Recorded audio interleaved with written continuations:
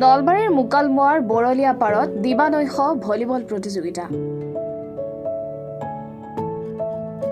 জীৱন জ্যোতি ডেভেলপমেণ্ট ছ'চাইটিৰ উদ্যোগত আয়োজন কৰা এই প্ৰতিযোগিতাত অংশগ্ৰহণ কৰে ৰাজ্যৰ বিভিন্ন ঠাইৰ 8টা দলে।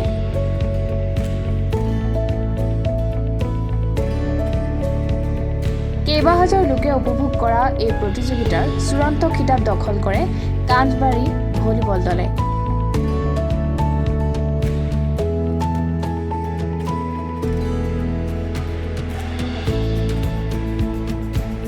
প্ৰতিযোগিতাখন উদ্বোধন কৰে সমাজকৰ্মী তথা যুৱ নেতা সোণাবৰ আলীয়ে।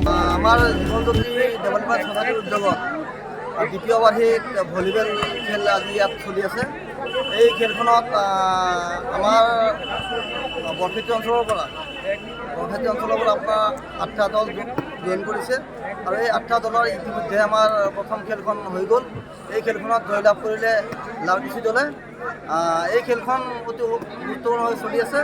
গতিকে ভৱিষ্যতে আমাৰ জীৱন জ্যোতি ডেভেলপমেণ্ট ছ'চাইটিৰ উদ্যোগত এইবাৰৰ দৰে অইনবাৰেও যাতে এনেকুৱা ধৰণৰ খেল পাতিব পাৰে, তাৰ বাবে আপোনালোকৰ সহায় সহযোগ কামনা কৰি আপোনালোকক ধন্যবাদ। Bureau' report B24 Assam north east.